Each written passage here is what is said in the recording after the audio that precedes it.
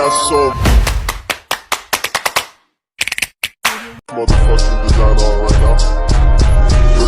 Bring it down, nigga, come. I got 3 old thoughts, Hai everyone, ketemu lagi sama aku Lina di segmen Ngopi Ngomongin Film. Nah, aku harap teman-teman gak bosan dengan video aku ya. Thank you banget yang udah nemuin channel ini. Jadi kita bisa sama-sama ngobrolin film-film kegemaran kita di pembahasan-pembahasan berikutnya. Oh ya, buat yang belum kenal, hai, salam kenal, aku Lina. Biasanya sering banget ngobrol atau bahas tentang film favorit kalian, entah itu film yang trending ataupun yang underrated.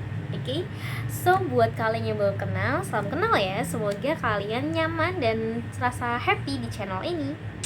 Oh ya, di pembahasan kali ini aku akan ngajak teman-teman untuk bahas tentang film tentunya, seperti yang ada di judul. Oke, tapi sebelum itu teman-teman, buat teman-teman yang baru aja ketemu channel ini atau yang lama, tolong dong boleh banget tulis di kolom komentar film favorit kalian, biar mungkin next time di pembahasan-pembahasan berikutnya aku bisa milih, siapa tahu aku bisa jadiin film favorit kalian sebagai pembahasan. Why not? So buat kalian yang mau film favorit kalian dibahas, apa film yang paling kalian inget deh, film yang mungkin paling top of mind gitu di otak kalian, boleh banget dong ditulis di kolom komentar. Siapa tahu selera film kita sama dan bisa kita bahas bareng-bareng. Nah, seperti yang udah aku bilang, kita kali ini akan ngomongin film, tapi sorry banget, kita nggak akan review film seperti biasa teman-teman. Kita akan lebih diskusi nih. Aku mau ngajak teman-teman diskusi tentang masa depan perfilman Indonesia. Waduh, kenapa jadi serius banget Lina? Biasanya kan kita happy-happy, kita bahas tentang yang seru-seru. Kenapa jadi serius banget hari ini? Jangan salah, aku gak akan ngajak kalian terlalu serius banget. Aku cuma akan ngajak kalian sedikit serius aja. Karena sebagai sineas ya, sebagai pecinta film, kita mau gak mau harus aware dan peduli gitu teman-teman, tentang gimana sih masa depan perfilman, terutama yang ada di Indonesia ini. Oke, jadi aku harap pembahasan kali ini bisa nih teman-teman ikuti, dan aku berharap juga teman-teman tuh sharing opini teman-teman gitu tentang diskusi malam ini. Oke. Nah, di depan tadi aku kan udah ngasih spoiler ya kalau kita akan bahas tentang masa depan perfilman Indonesia. Kenapa kita akan bahas itu? Karena malam ini aku ngajak diskusi teman-teman tentang bagaimana sih teknologi kecerdasan buatan atau AI dan juga CGI mempengaruhi industri kreatif perfilman, khususnya dalam film Indonesia, yang mungkin digadang-gadang nih dengan hadirnya AI dan juga CGI bisa aja loh menggeser posisi aktor juga aktris favorit kita di industri ini. Bisa aja dengan hadirnya AI dan CGI mereka nggak perlu aktor dan aktris manusia lagi. Wow, apakah itu beneran? We never know ya, karena kita masih di awal pembahasan banget. Supaya kita semua lebih paham, jangan skip video ini dan tonton sampai akhir. Oke? Dan aku ingetin lagi, aku mau banget dengar pendapat teman-teman dengan tulis di kolom komentar nantinya ya. Oke, lanjut dulu. Nah teman-teman, kita nggak bisa mungkiri ya, dengan hadirnya teknologi ini pasti sangat membantu kita malah dalam beraktivitas, karena memang jadinya itulah tujuan teknologi diciptakan. Tapi dengan adanya kemudahan itu pasti ada tantangannya dong, dan hal tersebut juga berlaku nih pada industri kreatif film. Kita akan bahas tentang bagaimana transformasi teknologi dalam industri kreatif film ya teman-teman. Teknologi selalu jadi bagian penting yang harusnya memang selalu ada dalam evolusi industri kreatif nih, yaitu di industri kreatif film yang akan kita bahas ini. Di CGI misalnya telah merevolusi pembuatan atau bagaimana cara membuat film dari tahun 1990.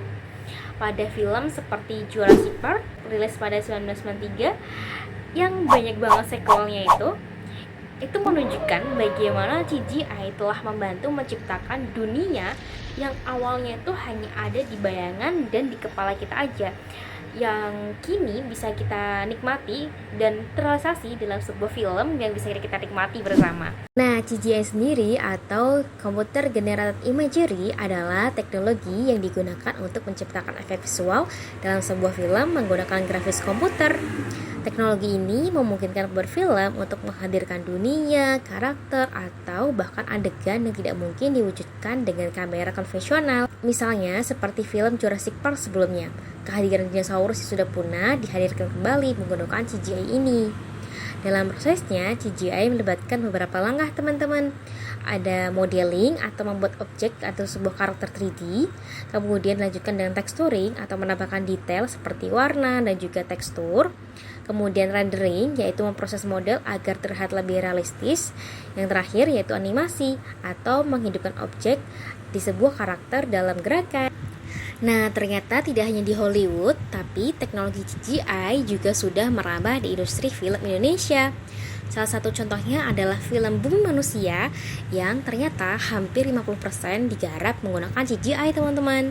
Wow, keren banget ya. Bumi Manusia merupakan salah satu film Indonesia yang menggunakan CGI secara masif.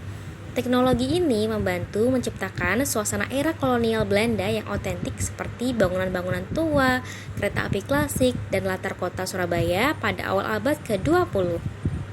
Dengan CGI, tim produksi berhasil membawa penonton ke masa lalu tanpa harus membangun set secara fisik. Tentu saja, Bumi Manusia bukan satu-satunya film yang menggunakan CGI, teman-teman. Film seperti superhero Indonesia, Gundala, dan juga Wiro Sableng memanfaatkan CGI untuk menghadirkan elemen fantasi melalui teknologi ini. Meski begitu, membuat CGI berkualitas tinggi bukanlah hal yang mudah. Dibutuhkan tim ahli, waktu produksi yang panjang, dan tentu saja anggaran yang besar. Namun, keberhasilan film seperti Bumi Manusia membuktikan bahwa Indonesia mampu bersaing dengan industri film internasional. Nah, jika CGI membantu kita untuk menciptakan dunia yang sebelumnya hanya ada di pikiran atau bayangan, maka AI ini melangkah jauh lebih maju, teman-teman. Hadirnya AI bisa dan memungkinkan kita untuk membuat karakter digital yang sangat realistis dan bisa dibuat semirip mungkin gitu. Salah satu contoh terkini penerapan teknologi AI dalam industri film adalah penggunaan teknologi deepfake yang mencuri perhatian pada film Rogue One: A Star Wars Story 2016, di mana wajah aktor legendaris Peter Cushing dihadirkan kembali meskipun beliau sudah meninggal.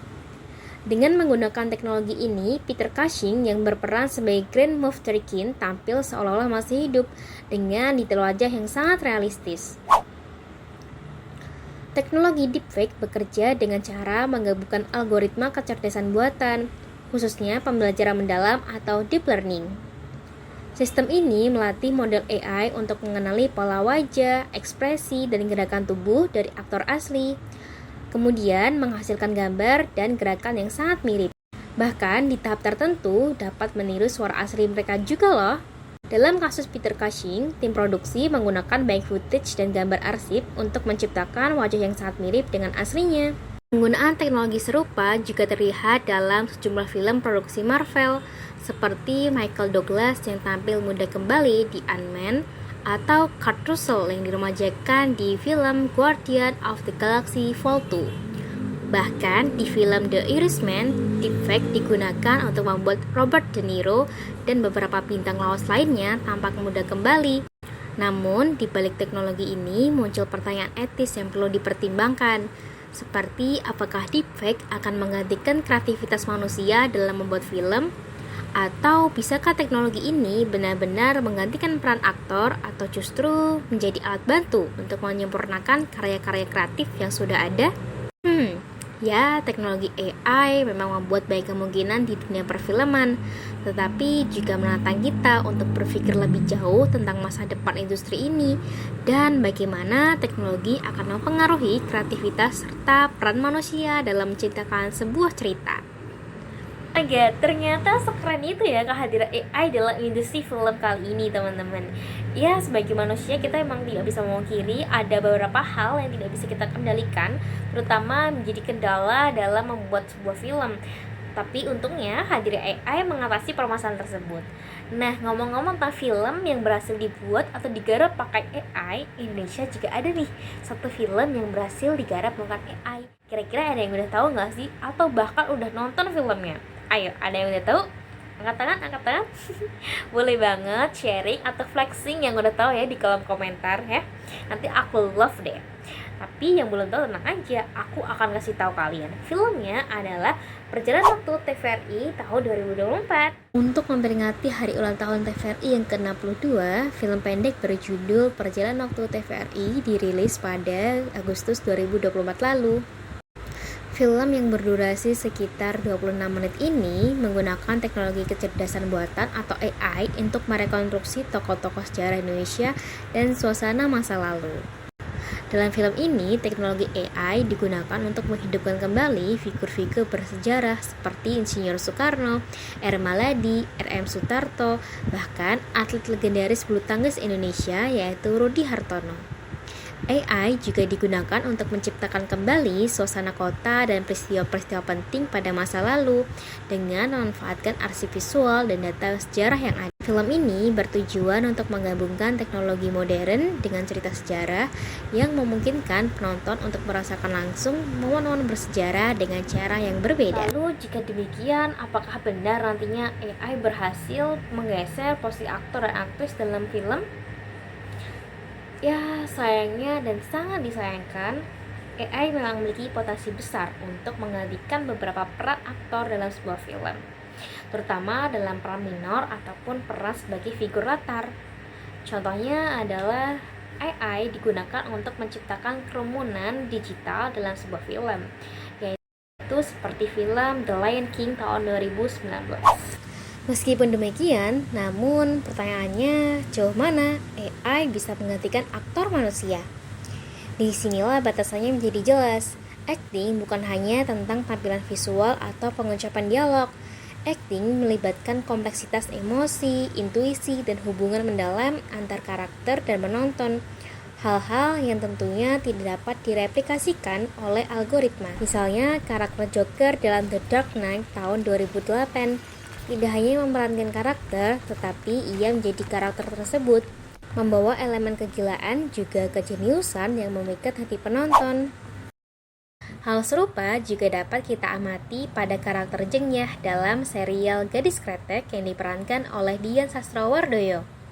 Dengan gestur yang lembut namun tegas dan ada suara yang penuh emosi, Dian Sastro berhasil mengekspresikan karakter kompleks Jengyah, seorang gadis Jawa yang penuh ambisi namun tertekan oleh norma budaya dan peran perempuan dalam masyarakat tradisional saat itu. Dalam setiap adegannya, Dian Sastrowardoyo tidak hanya menampilkan ambisi dan rasa cinta terhadap kretek semata, tetapi juga membawakan nuansa budaya Jawa yang terlihat dari caranya berbicara, gestur tubuhnya, dan interaksi antar karakternya dengan tradisi yang ada, di mana tradisi tersebut membatasi kebebasan perempuan. Semua ini memerlukan kedalaman karakter yang sulit direplikasi oleh teknologi AI. Emosi seperti ketakutan, keputusasaan, atau bahkan cinta yang kompleks memerlukan pemahaman mendalam tentang psikologi manusia, sesuatu yang belum bisa dikuasai oleh AI. Kehadiran AI memang menawarkan efisiensi dan inovasi, terutama dalam produksi berskala besar, atau menciptakan visual efek yang fantastis. Namun, akting manusia tetap memiliki keunggulan yang tak tergantikan. AI mungkin tidak sepenuhnya menggantikan aktor dan aktris, melainkan mereka akan bekerja sama untuk menciptakan pengalaman sinematik yang lebih kaya. Nah, kalau gitu bisa kita simpulkan nggak sih kalau kehadiran AI dan juga CGI tidak akan mengubah atau menggeser posisi aktor dan juga aktris favorit kita? Ya, setidaknya untuk saat ini. Mungkin hal tersebut hanya akan mengubah bagaimana cara mereka bekerja. Dan juga masa depan industri kreatif akan menjadi kombinasi antara teknologi dan juga kreativitas manusia. Ya, mungkin saja juga generasi berikutnya akan melihat lebih banyak lagi kolaborasi antara seniman dan juga insinyur AI.